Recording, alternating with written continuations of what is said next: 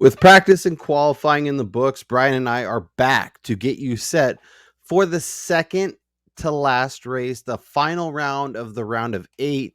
Brian Twining, when we record next week, we will be talking about the NASCAR Championship at Phoenix. It's been a wild ride. We'll do everything we normally do, DraftKings, update the betting card, look at the odds, find the value, all that good stuff. If you haven't subscribed thus far and you've been riding with us, make sure you do that. Smash the like button and let's enjoy another race. Ross Chastain used the wall all the way around this racetrack. Logano has been the class of the field. Check out the big brain on Brad. Yeah, I need to change my underwear. Brian Twining, practice and qualifying is in the books. We just watched the madness that was the end of the Xfinity race. Absolutely incredible, by the way. Hopefully, for our betting card, we don't end up with an Austin Hill or Sheldon Creed ticket that ends up going into flames because they get moved out of the way. With the final round of the round of 8, who knows what we'll see? We could see some madness. We could definitely see some carnage. Obviously, we saw what Ross Chastain was willing to do to get into the Final Four last year. We'll see if we can do that. But before we talk everything, how the hell are you? I'm doing great, man. And yeah, the finish to that Xfinity race was absolutely incredible. I'm going to take the side of neither guy was at fault. They were both racing for a victory. And anybody that thinks that either Sheldon Creed or Austin Hill should have given up the spot for one another because they're teammates obviously doesn't understand competition or just being competitive. I mean, clearly you don't want to wreck each other and not get either one into the playoffs as both RCR cars, but like they're driving hard to win the race. And it just so happened that Justin Allgaier had a great run coming out of 3, was able to take advantage of those two battling and just somehow snuck out a win. But yeah, if the Cup Series race can even get close to that level of excitement, it's going to be a great day. Yeah, we know for sure if that was Kyle Larson and William Byron, they are not letting off the gas. They're pushing as hard as they can and trying to get there. And, Joey Logano or somebody will be sneaking in the back door and getting the win. So as we do each and every week, we'll run through DraftKings. We'll talk pricing. We'll talk values. We'll look for some opportunities. And as always, build a lineup. We got full practice. We got qualifying. Obviously, Group A was much, much faster than Group B. So it's interesting to figure how we want to take advantage of that. Obviously, we did see qualifying where some cars put down some impressive one-lap runs. But as we know with this track, is not about one lap. It's about the long run. It's about being able to do what you need to do over the course of a full day. So we'll figure out where the value is, all that good stuff. So let me throw up the screen. And we can run through prices. So we have Denny Hamlin as your most expensive driver in the 11.5. We have Byron at starting 16th, 11.2. Kyle Larson, 11K. I'll run through. There's only 3 more 10K guys, and then we'll jump to the next range. So we got Truex sitting on the pole, 10.7. Ryan Blaney starting 11th at 10.4. And Chris Bell starting 7th at 10.1.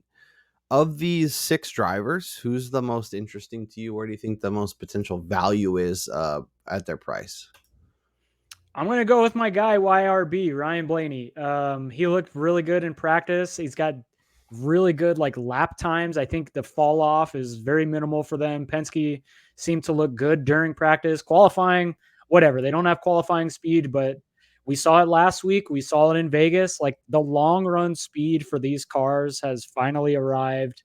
And knowing that he's above the cut line right now, I think he's going to be in line for probably competing for a top 5, or depending on what it's coming down to at the end, I think he could be there for a win. Now, Denny Hamlin looked great. He was a favorite coming into the week for a reason, but starting 4th, propensity for speeding on pit road with Denny, and then also, too, Martin Truex Jr., he is no slouch on short tracks. And we saw this earlier in the year at Sonoma where when people kind of counted him out and he showed up with speed and then he was the best car. So I would much rather skip the 11K guys and just go to MTJ or Ryan Blaney. They call it Martinsville for a reason. It is his home away from home. We'll see if he can put it to fruition. He definitely obviously had a lot of frustration, but veteran drivers are able to kind of put that to the side, figure it out, because he still has a chance. There's still room for him to make noise and do what he needs to do. We'll see if he can actually do it, but I'm not really sure how to value him. I'm with you on Blaney. He was fast. He was like the only car in Group B that was even in the conversation with Group A, and the only other car that was even close to that, his teammate Joey Logano. So obviously, Gross, but Penske brought speed, a lot to like there. I like the Blaney shout. I like where he's starting, and we talked about it. The guys starting near the front typically don't win this race. It's drivers kind of starting a few rows back. You'll never twist my arm to put Kyle Larson in a lineup. I think he always makes sense. He looks checkers or wreckers though. He looked really fast. If he keeps on the track, he'll be good. And of course, if he'll get a lead and then he'll shit the bed, as he is the bed shitter. Hamlin is very interesting as well. Obviously, the outright favorite for a reason. Still tremendously. And real quick, like I also think it's important too. Like when you're looking at DFS lineups, I mean, obviously there are tons of different content providers and all that stuff that are much more knowledgeable than us with their models and all that type of stuff. But then it's also important to actually correlate the odds to DFS. Like, and you'll see as we talk about it later, like Ryan Blaney, for instance, you can't just look at what his lap averages are because that's as a whole. But like Kyle said, he was in the slower group, but he was much faster than everybody else in that group. And the sports books have recognized. So, you gotta look at all of the data as a whole rather than just looking at one little sheet of paper that says, oh, this lap average is only like 8th or 9th. Yeah. No, for sure. All right, let's keep it rolling and talk about the 9K. We have Joey Logano, who's starting 15th. If you like Blaney, I think Logano, that pairing makes a lot of sense. Brad K put it in the top 10, but didn't do much better than that. Tyler Reddick at 9,200, and then Kyle Busch starting 31st at 9K. Reddick is interesting because I feel like he was much better than his qualifying lap suggests. His range of outcomes at this track are kind of all over the place, but I guess are you interested in getting to him, or do you think he's probably somebody that's better to skip over? I think he's really interesting. As we saw in his qualifying lap, though, I do wonder if the pressure starts to get to him because he has pretty poor track position, and that is something that's going to be difficult here. Is that if you're stuck behind slower guys, like passing is going to be hard, and there's a good chance that you're going to have a lot of tire rub, you're going to have a lot of scuffs on the side of your car.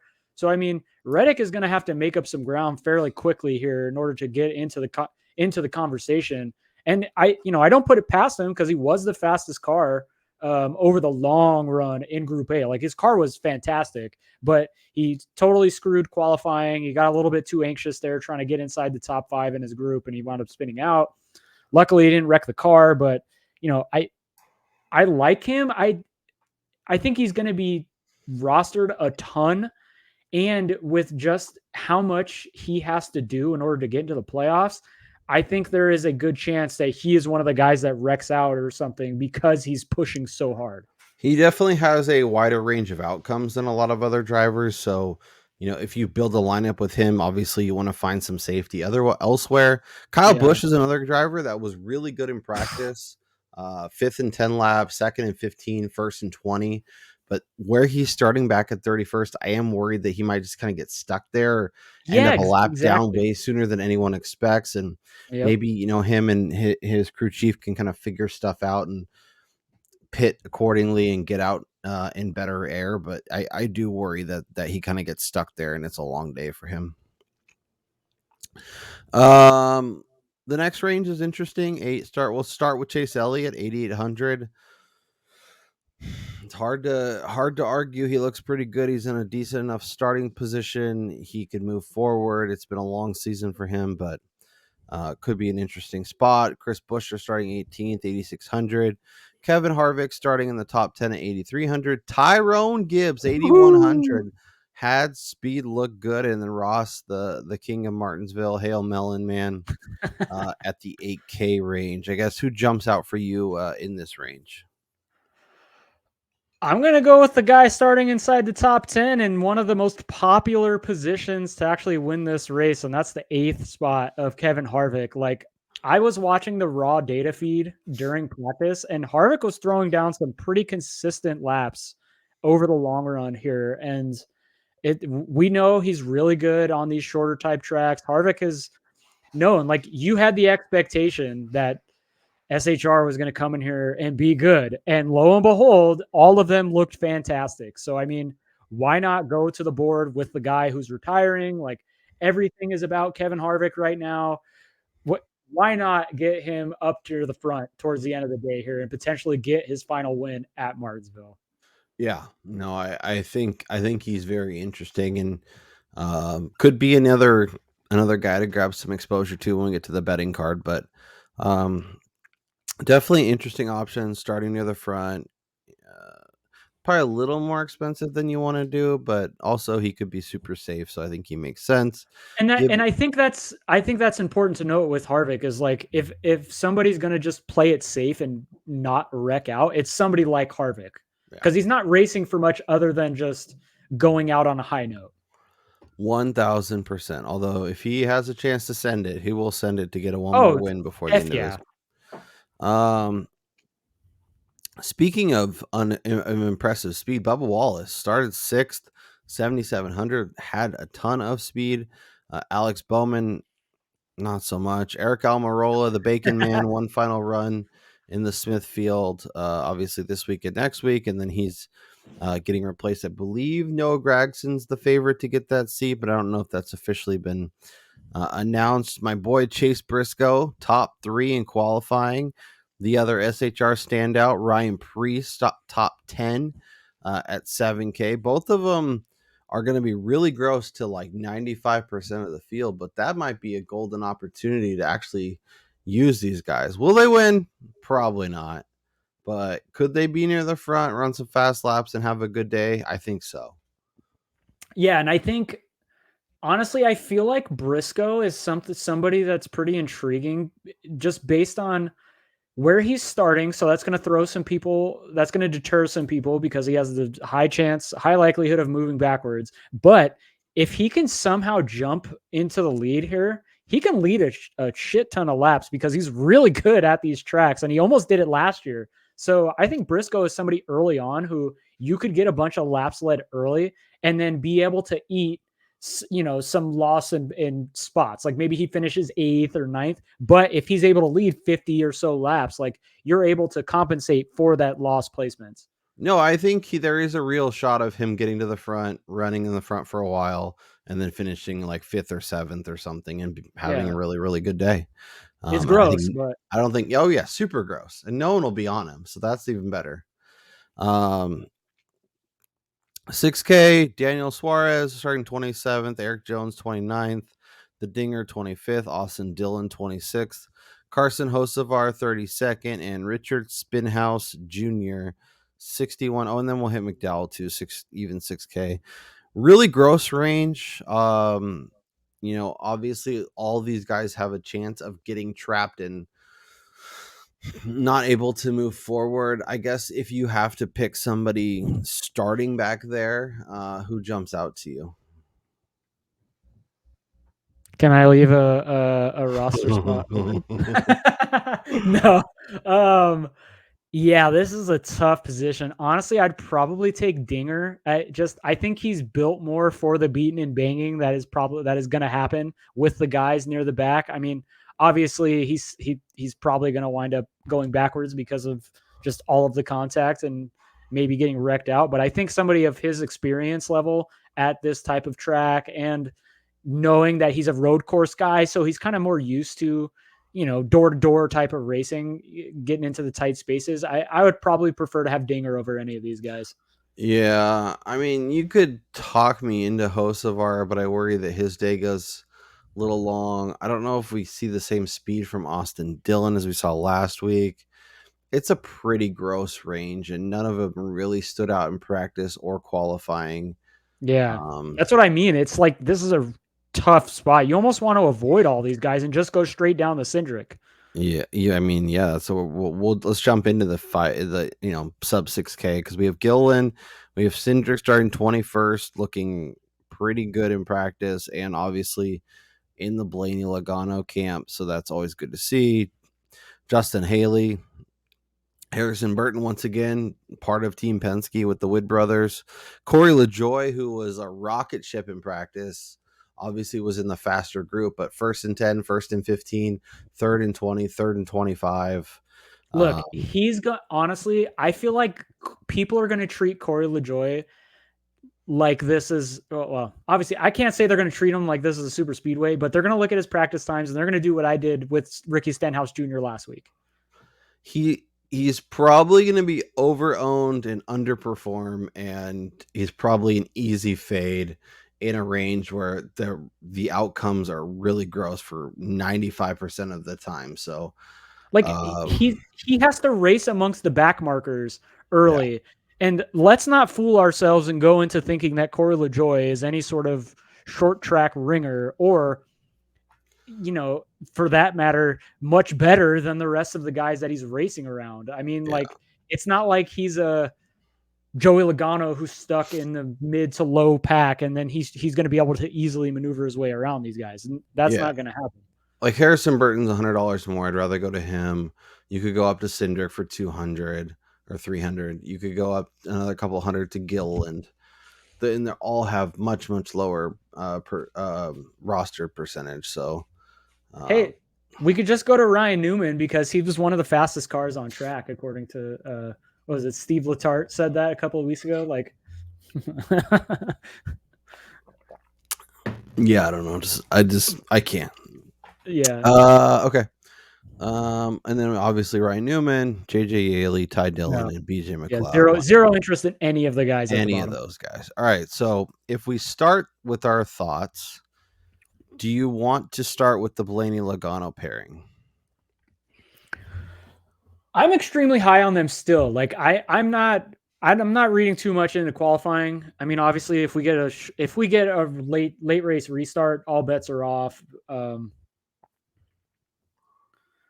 And yeah, I do think they're going to be able to maneuver their way up through the field over the first stage, and then they're both going to be inside the top 7 to 8 cars. So yeah, I like both of them. Because I want to see what this looks like. So then we keep it in the same garage. Come down here. Oh my God. And that gives us 1,860 and 18,600. And we could do a lot of stuff. So I was just gonna say okay. I'm glad you added Burton. Yeah, that's why I was gonna. Because we could do Chris Bell and then dive down a ways to like not maybe Chase Elliott. Okay, well, I think it's important to also consider somebody like Christopher Bell. He has a car that can win, but do you think he's really going to be able to win after he's already guaranteed a spot? Yeah, I think he definitely can. I don't know how aggressive he'll get and how active he'll be, but I think he definitely has a race winning car, and I think if he's in position to do it, he will absolutely do it. All right. I mean, I was a little worried. He had a really good car. I was a little worried that he was not going to look as good this week, and maybe if things don't go quite well, they'll be more inclined to kind of punt or just kind of be over the day. Yeah, because we saw that with Logano last year. I feel he is a little that is definitely a concern. So let's run through. So I think the other names that make sense is Tyler Reddick. I still think we need a front marker early, but we'd have to go to like Gibbs or like Bubba. So we could do the 2311 boys, and you could go get Gross. Put Tyrone Gibbs in. Chase Briscoe. Ooh, now you're talking. Let's see what old Brisky has to say. And that gives us 11-3. So we could do Byron, we could do Larson, we could do Truex. That's what I'm saying. You want to go Larson? Or do you want to go Byron? I don't want to go Larson because I'm worried about what he's going to bring to the table. I do like I almost feel it'd be a mistake to not have a Toyota. Okay, so honestly, it would be Bell or Truex in my opinion. But I think Truex, if he can stay up front, because again, we talked about this right when we opened this up. What if this is Sonoma and Truex just like? I just don't think it is, and I don't think he has the same speed as we saw. I think like we saw last week, when things start going poorly for him, he gets frustrated and he gets annoyed, and then it just compounds, and then he's like either a back marker out of the race. I would much rather go to Christopher Bell if we're going to choose between the two. All right, let's do it. Especially because we want Briscoe to lead the initial group of laps, so we want him to jump to the front, and then Bell to kind of take the lead, and then we have Blaney and Logano as potential race winners along with Briscoe and Bell. If Logano wins this race, and somehow Blaney doesn't get in, I don't even know if I'm going to be able to watch the championship race. You definitely will, but yeah, I feel that. So perturbed at the 22 if that happens. Or if Blaney has a chance to win the Cup championship and Logano passes him to take the lead and wins the race, and somebody else passes him in the process. Oh man! All right, you want to review or do you want to build another lineup? Let's review. Yeah, I'm with you. All right, so Briscoe plus 150, Harvick plus 100, Ryan Preece, and Eric Almirola. The SHR card is in full effect, and I am so excited. Brad K top 5, Chase Briscoe top Ford, and Ryan Preece top Ford. Over 3.5 top Fords, or over 3.5 Fords in the top 10. We'll have to check that out. Obviously, Brad K over Denny did not hit, but at plus money, I felt like it was a reasonable wager. And then Briscoe over Busher. That was my best bet, I think. So let's just do this. Yeah, I was just gonna say let's make that bold. Ryan has Logano. He also has Joey Logano, and then he has Joey Logano. So Joey Logano is either winning this race or getting last place. There's no in between.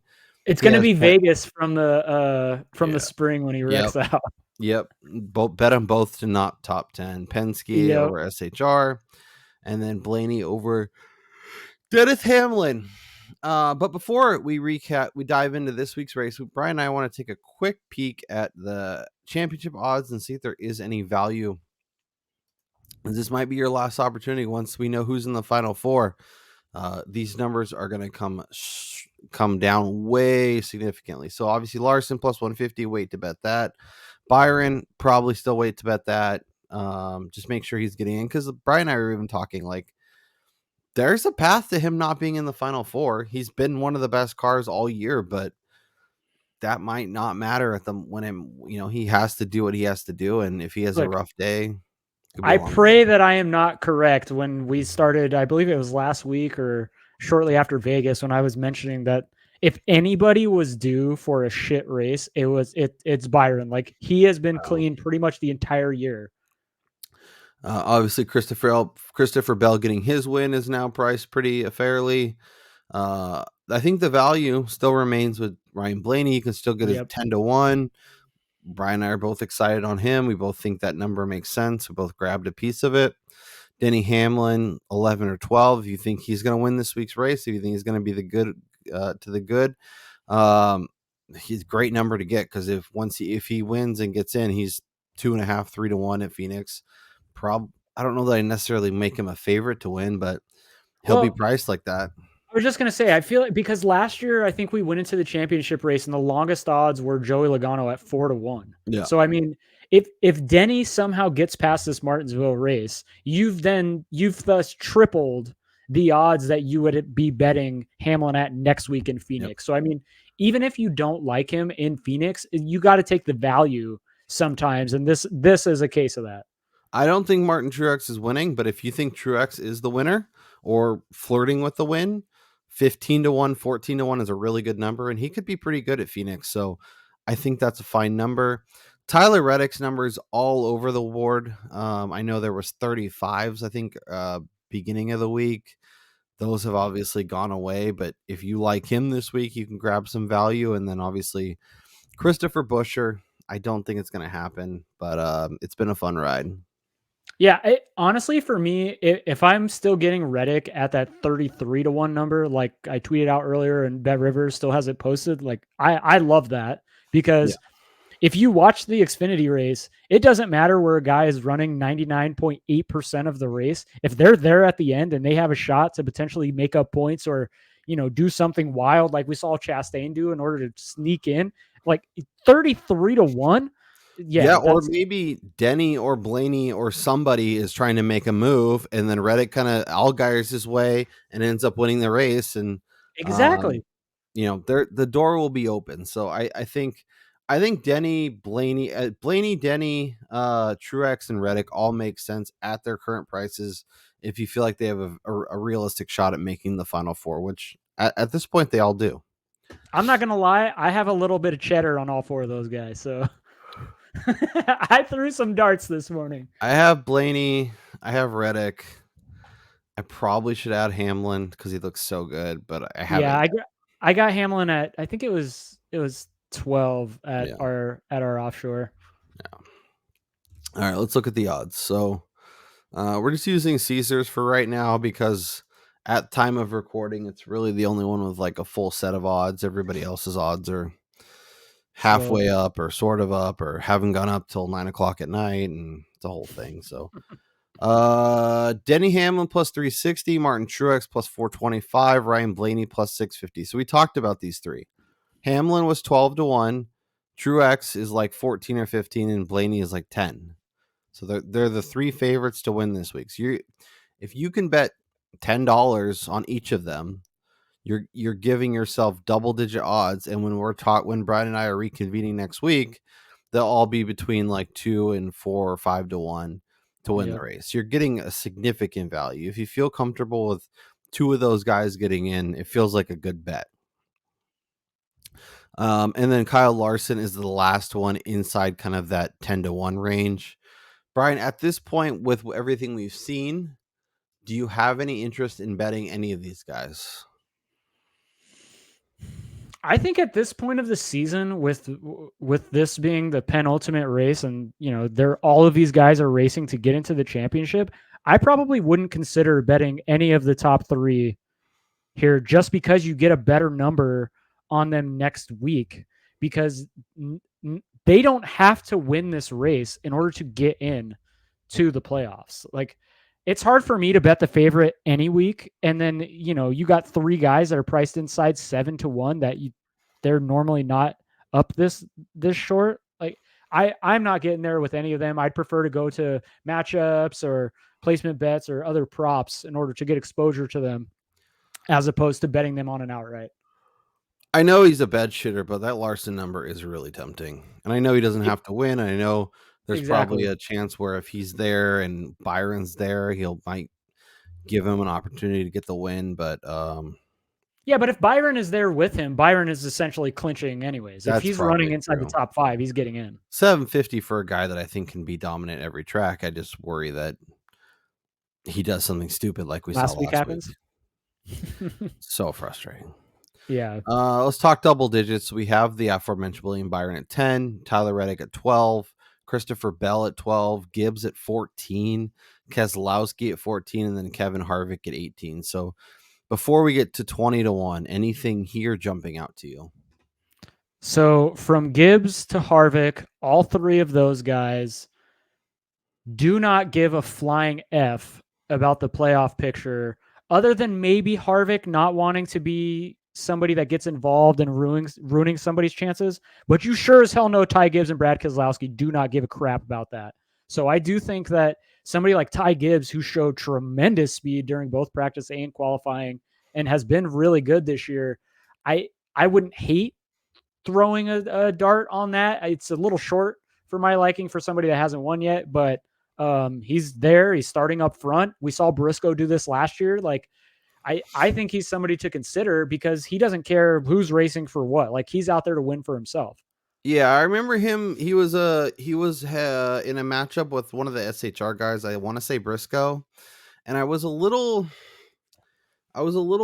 cautious and didn't pull the trigger just because we saw last week. Like, he's somebody that has shown the ability that even when things don't go well early, he's learning, he's figuring stuff out, and then by stage 3, he's putting it into practice and actually doing something with it. So Gibbs is hard for me to fade. I'm probably not buying at 14, but I would be interested in looking at matchups, maybe like a top 5 on him, maybe manufacturer props. Like, there's probably ways to get a piece of him where he doesn't actually have to win the race, especially because there's so many good drivers that really need a win that it feels a little bit more of a long shot. If I was getting maybe like a 25, I'd be interested, but at 14, I just can't pull the trigger. Yeah, that makes sense. I'm with you on Keselowski. I think he is interesting, and he does not give a F. So, speaking of not giving an F, Joey Logano, 22. The 22 is 22-1. Chase Briscoe, Almirola, Bubba Wallace. And then we get into like longer shots. Any of these outrights interesting as kind of longer shot dart throws that you're like, there's a path. I mean, I think Briscoe, this is gross. Like, I've throwing up in my mouth a little bit here, but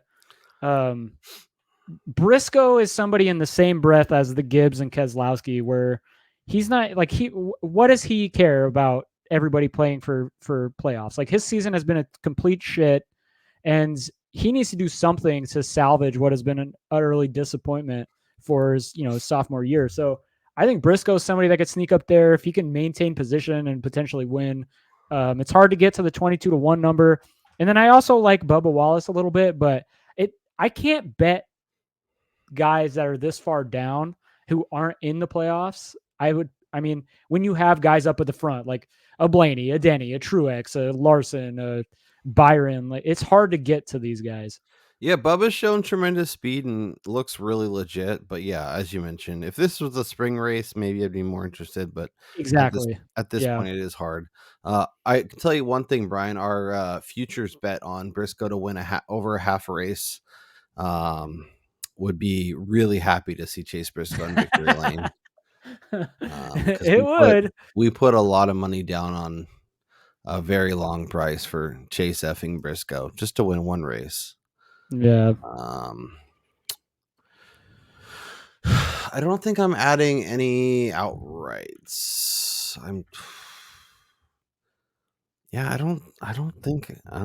Like Larson is interesting. Byron at 10-1, just because I like betting Byron. He's been good to me, but I think I'm okay. Let's look at finishing position and some props. So we'll start at the top 10. Obviously, some of these are going to be really gross. But we can get some decent numbers. Chris Bell -140. I don't hate that. I think that makes a lot of sense. Reddick -140. Always shop these. Brad K -125. I don't hate that. Harvick -105. I got it even money, but -105 still feels like a smash. Harvick -105. Logano +110. Chase Briscoe +110. I got that at +150. Bubba +130. I don't hate that. I'm actually going to add the Bubba number. I was skeptical at +150 earlier in the week, but with the speed I saw, he's top 10 in each of the last 2 Martinsville races. And he's clearly a different guy. I think there's still decent value. Chase Elliott is the one that's kind of interesting to me at +140. Look, we've been chasing the Chase Elliott numbers since he's returned, and I mean, I coined the phrase "average ass Chase Elliott," but he could be average ass and still get a top 10. I know, but like, I don't know. Do you really want to root for that though? No, God no. The Bacon Man at +175 is interesting to add a little bit more. And then Priest at +180. I'm gonna add another Priest top 10. No. He did nothing in practice and qualifying that says his number should get longer. It's just because he's Ryan Preece and no one wants to bet him besides me, and maybe his family. So I think that makes sense. There is actually, I think I've seen even longer numbers, but always check your books. Suarez 2-1, Alex Bowman plus 250. Like, I don't hate it. I think you're getting paid out on him having a decent day, and yeah, I mean he was god awful in practice. 28th and 24th. Probably don't want to bet that. I'm going to go back to the board with Logano. I mean, clearly everyone out there that's watching this needs to go fade the shit out of Joey Logano, but Logano plus 110 to top 10. I'm going to add that. Plus money to top 10 for what we saw. Yeah, I don't really care about qualifying speed, all that stuff. He's proven time and time again, even if he doesn't have a great car, this team just makes decisions on pit road that gives them positions. Yeah, he knows how to get it there and keep it there. He could be in the top 5 and just keep it there the rest of the day. Cindric 10-1 to top 10 is interesting. He's 10-1? Uh-huh.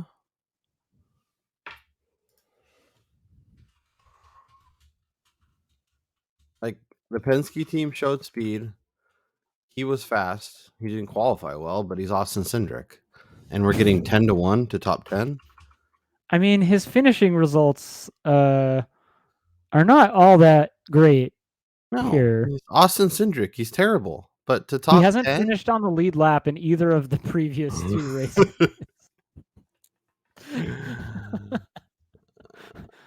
So, where is he?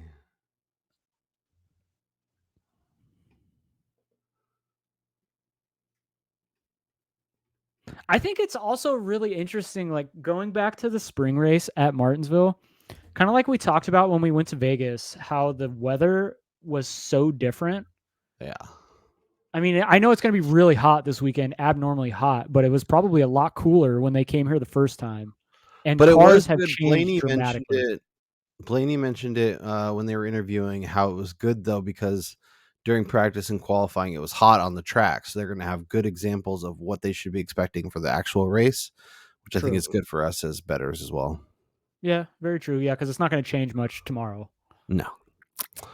All right. So top Chevy. Yeah. We can go back up and look at top 5s and stuff too.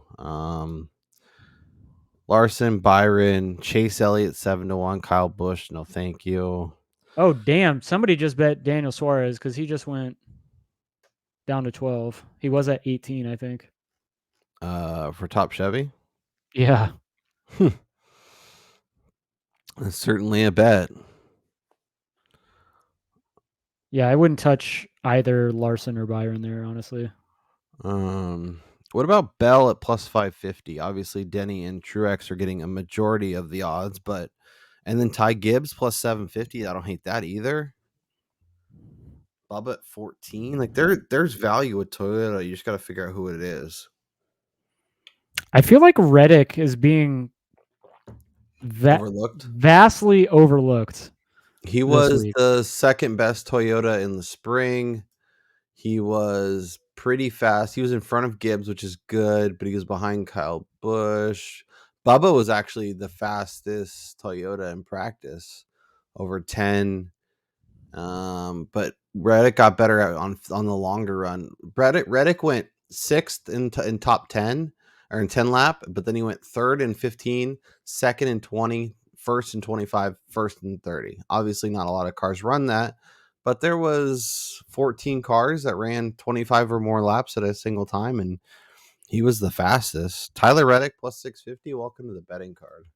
I do want to say, though, so like I tweeted this out, and Win the Race, they also mentioned this. Like it's also important to note during these lap averages, because Martinsville is so small, even with only half the field on the track qualifying at one time, some guys are stuck in traffic. Some guys have clean tracks. So lap times were all over the place. When I was watching the raw data, for instance, Tyler Reddick, he would run a 25:14, and then the next lap it was a 27:19 because he caught up to people and he was having to slow more going into the corners. So I mean, I think some of the averages are thrown off because of that. Oh, for sure. But I also think for the longer runs, it's good because it's showing obviously there's a high end to what they can do and a low end to what they can do. And if you can kind of marry that and keep it going, I think plus 650, I think plus 550, I think any of these numbers are really compelling if you think Truex and Hamlin are worth a little bit of a fade at that price. Top Ford, Ryan Blaney, Brad Keselowski, Kevin Harvick. Briscoe is 650. What did I get him at? I got him at 10-1 to top Ford, and then Ryan Preece.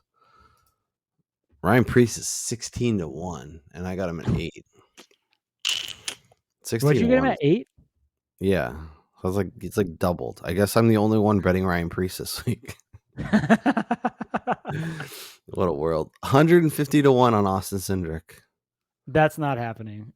No, of course not. But it's fun to think about.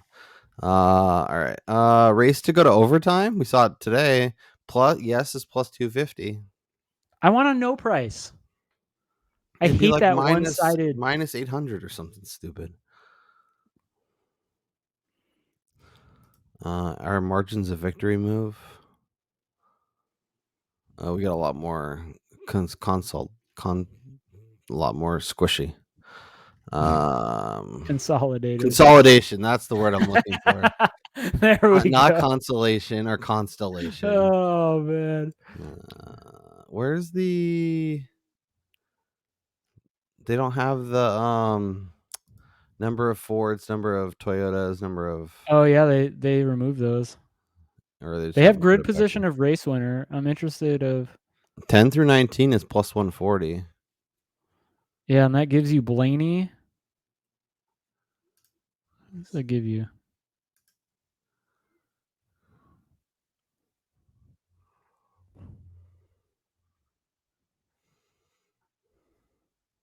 I still think that that's probably too short. Oh, yeah.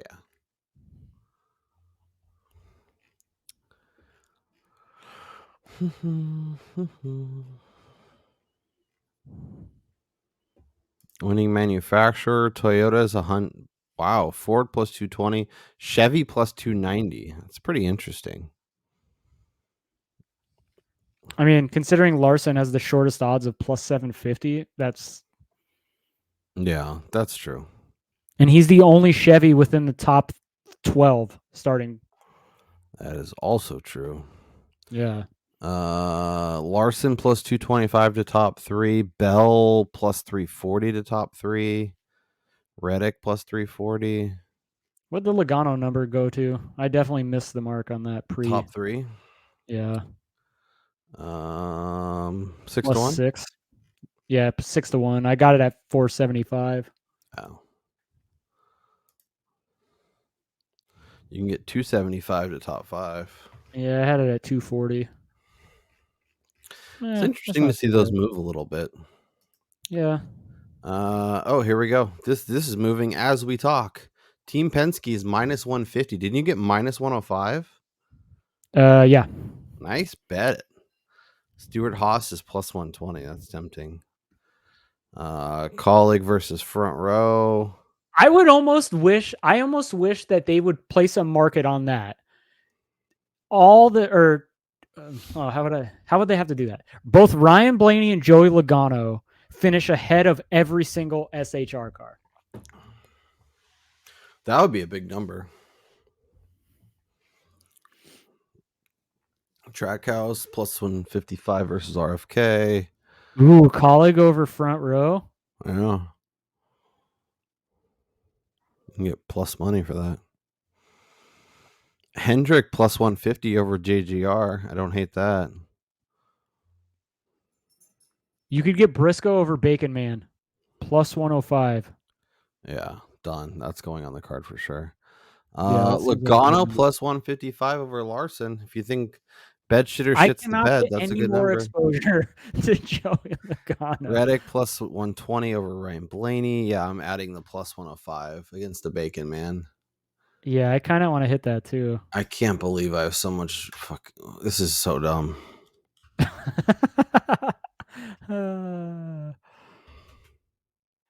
Yeah, this card is definitely going up in flames. Oh yeah, it's either going to be amazing or terrible, and I'm hoping it's amazing, but it'll probably be terrible. That's fine. Second to last race of the year.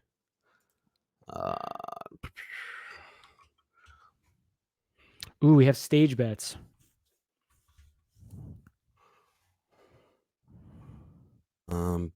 Brad K plus 130 against Byron. Chase Elliott over Kyle Busch is really tempting. Just given where Kyle Busch is starting. I know he looked great, but if he gets stuck back there and can't get through and gets annoyed and kind of gives up on the race. I was also going to say, if he gets stuck back there and we have a long green flag run to begin the race, he's probably getting lapped. Yeah. It feels really good. Denny versus Truex, Chastain versus Bubba, Harvick versus Bell, end of stage 1, Chastain versus Priest.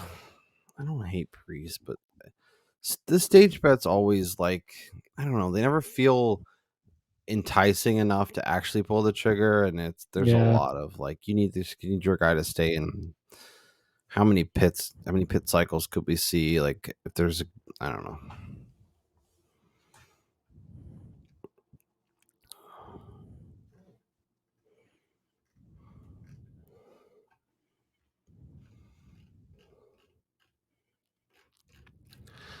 All right. Anything else we should look at? Whoo, you could get Christopher Bell plus 650 top Toyota at Bet Rivers. I like that a lot. I definitely think there's a world where Reddick or Bell get top Toyota, and getting them at over 6-1 feels nice. Look at the odds boost. So Chastain to top 5 is plus 650. Denny, Kyle Busch, and Bubba to each record a top 10 is 6-1. That's not that feels pretty reasonable. I think Hamlin and Bubba are probably going to be top 10, and then you just need KFB to find a way to get near the front. Yeah, but why risk all three of them when you could just bet them individually? What's Kyle Busch to top 10? Let's see. That's what I was going to say. He's probably super long because of his qualifying spot. He's plus 140. Oh, yeah, I guess that's not too bad. 6-1, because like plus 140, plus 130, and then Denny is like what? Minus 650. Minus 1,000. Yeah, that's ridiculous. So 6-1 on that field. Like, the boosts are usually like not that compelling especially when it's a bunch of things have to happen. I don't know. Martinsville, Martin is 5-1 if you still want to bet him to win the race. I kind of want Reddick just because he was really good over the long run. Yeah. You gonna add it outright? Not the outright. I mean, I think the way to do it is either do what I do. He's never been great here, though. Yeah, I think the way to do it is to take some of his top Toyota price. We'll go like top 3, top 5 if you think Truex or Hamlin are going to be the winner, or right there. I don't hate Reddick's top 10 number. I know it's a little short, minus 140 for where he's starting and his track history, but yeah, but top 10 has feels the car. Really good. It seems like, anyways. Yeah.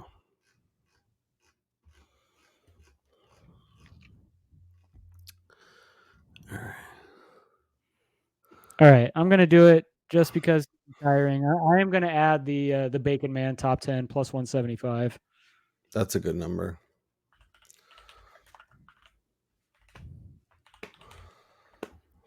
Just because he's retiring, you know. Yeah. And Smithfield is out. That's ridiculous. Like, you don't think that they would have wanted to stay and potentially get like a young driver, like sponsor a young driver to continue their NASCAR sponsorship? I don't think they want to. I think they're done. Well, that's what I don't get is like, why are they just dipping? Is it just because they're either not seeing the benefit or, in this economy, they saw it as an easy way to get out of something they don't need to do. So they're just not interested. No more Bacon Man hats. I mean, the Bacon Man is retiring, so his sponsorship should go away as well. Okay, let's recap the card. Let's give the people our best bets, and let's get out of here. My card is stupid long, and I'm so excited about it. So pre-qualifying, Briscoe top 10, Harvick top 10, Priest top 10, Almirola top 10. You can get better numbers. Most of these. Harvick's a little bit shorter. I still think they're great. Brad K top 5, still fine with that. Briscoe or Priest the top 4, still like both of those. Over 3.5 Fords in the top 10. I like that quite a bit. And my best bet was Briscoe over Buescher. Still go back to the well with that. Added Priest again at 180. Added Logano at plus 110. Can't wait till he crashes. Cindric to top 10 at 10-1. Why not? Reddick top Toyota plus 650. As I mentioned, Reddick and Bell are both really compelling options for this week. I think they both make some sense. Top 3, top 5, top Toyota. So if you wanted a piece of that, I think they both make sense there. And then obviously we talked about Reddick's championship odds, so you could grab a little bit of that. And then Briscoe plus money over the Bacon Man. Give it to me. Brian Twining has the Joey Logano card of all Joey Logano cards. Logano top 10, Logano top 5, Logano top 3, Logano top 4. You can get just as good, if not better, odds on some Logano stuff. I think the top 10 is kind of gone, but top 3, top 5, top 4 are all a little bit longer at this point. Obviously, the bet of the week is Penske over SHR, which is flipped completely. And then Brian added Blaney over Hamlin, Bubba to top 10, Logano to top 10, and the Bacon Man to top 10. Brian Twining, as we sit here Saturday afternoon, early evening on the West Coast, what is your best bet for the Xfinity 500 at Martinsville? Well, I'm going to piggyback on this and pray to God I am not the ultimate jinx again, but hitting that Joey Logano top 10 again at plus 110, just he's Logano's too good here. He's finishing 11th or 31st. There's no in between. He's the only guy that's currently driving that has driven the last 5 Martinsville races that has top 10 in all of them. Look, even if he doesn't have a great car, he's probably going to find his way up there and ruin somebody's playoff chances because he kicks them out of stage points and all that crap. So I'm going to back him this week, which means you should fade the shit out of him. And if he has a chance to block or help Ryan Blaney, he's going to do it. So he's not going to make a dumb decision to try and win the race. He's going to stay in position. He's going to try and do it. So yeah, I think that's a great call on your behalf. Listen, I have some stuff down here that is more for the feels, like a Cindric top 10. Just to get it going. But Briscoe over Almirola is my bet of the century of the week. Chase Briscoe is definitely not finishing this race, but I'm very excited to see what he can do. Plus money for a guy that I think could be a top 5 to 7 car majority of the day over Almirola. As much as I love the Almirola Bacon Man and I have his top 10 on here, I think he'll have a good day as well. I just give me I think I have the better driver, better car, better everything this week, and I'm ready to see him have a great day. I probably should add his outright, but at this point it's gone too far and I have too much exposure, so I'm not going to do that. Neither of us have an outright? No. Oh man, I almost feel like we're like required to have at least one. Who's your guy? You gonna put Tyler Reddick on there? I'm not putting Hamlin or Truex. I think they're fine, but I'm not betting them at their current numbers. Blaney was like 10-1. He's now 6.5. I don't really want to bet that. Larson's the first one that I would consider, but even then he's kind of, I don't know. Reddick at 12 is interesting. Christopher Bell at 12 is interesting, but Bell won last week. Blaney is 8.5 to 1 at Bet Rivers. That's pretty good. It's closer to 10. Man. I'd rather bet. All right, F it. I'm putting Blaney on there. Do it. Yeah.